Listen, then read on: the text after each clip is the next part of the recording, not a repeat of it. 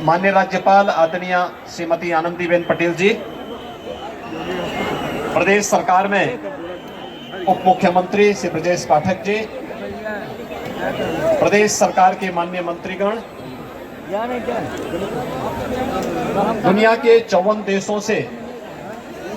आज अयोध्यापुरी में उपस्थित हिज एक्सेलेंसीज, ऑल एम्बेसडर्स, उपस्थित हमारे अन्य गणमान्य अतिथिगण, श्रद्धालु जन और उपस्थित भाइयों बहनों, दीपोत्सव के इस आयोजन के अवसर पर मैं सबसे पहले माननीय राज्यपाल महोदय का, दुनिया के 54 देशों से उपस्थित माननीय राजदूतों का और दूतावास के सम्मानित वरिष्ठों का, मैं महानुभावों का मैं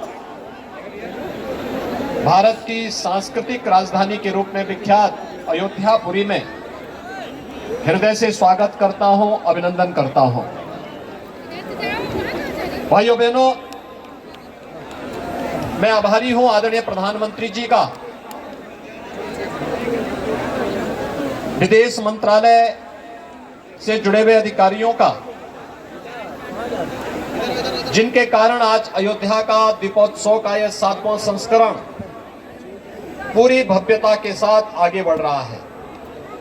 और आज इस कार्यक्रम का साक्षी बनने के लिए स्वयं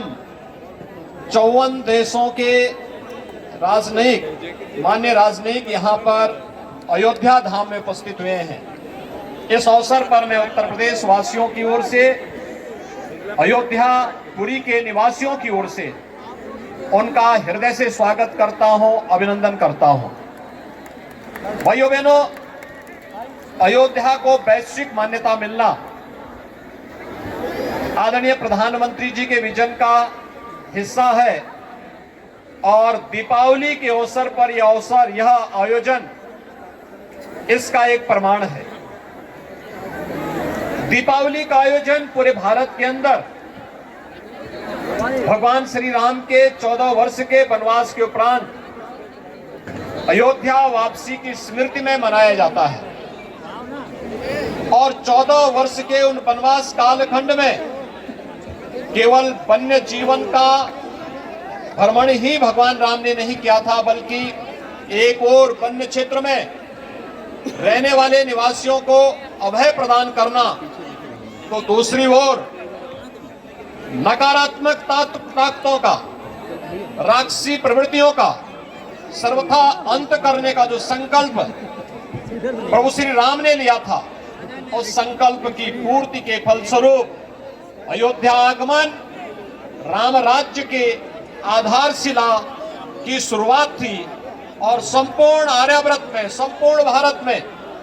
राम राज्य की इस अवधारणा को, जिसमें व्यक्ति के बीच में जाति, मत, मजहब, क्षेत्र, भाषा के आधार पर कोई भेदभाव न हो,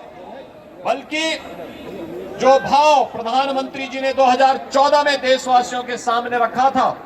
सबका साथ, सबके विकास का, उसको मूर्त रूप में सबके सामने रखना। और यह भी अयोध्यापुरी के माध्यम से तब भाइयों बहनों, जब जनवरी मास में अयोध्या में प्रभु श्री राम के भव्य मंदिर का कार्यक्रम पूरा होने जा रहा है और रामलीला स्वयं 500 वर्षों के बाद उसमें विराजमान होने के लिए आ रहे हैं। इस अवसर पर दीपोत्सव का आयोजन और भी भव्यता के साथ आज यहाँ पर आयोजित हो रहा है। इस अवसर पर मैं आप सभी को, पूरे प्रदेशवासियों को दीपावली की, दीपोत्सव की हृदय से बधाई देता हूँ, अपनी शुभकामनाएं देता हूँ। हमारी कामना होनी चाहिए कि दीपोत्सव का आयोजन हमारा स्वयं का आयोजन नहीं बनना चाहिए। हर गरीब, हर वंचित, हर उस परिवार के पास हमें पहुंचना है जो किन्हीं कारणों से आयोजन में शरीक नहीं हो पाया है। वहां तक हमारी संवेदना, भावनाएं पहुंचे, हम प्रत्यक्ष रूप से उन लोगों तक भी पहुंच करके इस आयोजन के साथ इसे सरोकार कर पाएंगे। तो भाइयों बहनों, ये आयोजन और भी भव्यता के साथ भगवान श्री राम के आदर्शों के अनुरूप हम सबको एक नई खुशहाली और समृद्धि की ओर अग्रसर करेगा। एक बार फिर से दीपावली की और हृदय से बधाई और शुभकामनाएं आप सबके प्रति व्यक्त करता हूं। खासतौर पर उन स्वयं सेवकों को जिन्होंने पिछले 3-4 दिनों से लग करके जिला प्रशासन के साथ मिलकर के उत्तर प्रदेश के पर्यटन और संस्कृति विभाग के साथ मिलकर के दीपोत्सव को आज रिकॉर्ड मात्रा में यहां पर प्रज्वलित करने में अपना योगदान किया है। और इसीलिए मेरा आप सबसे अनुरोध होगा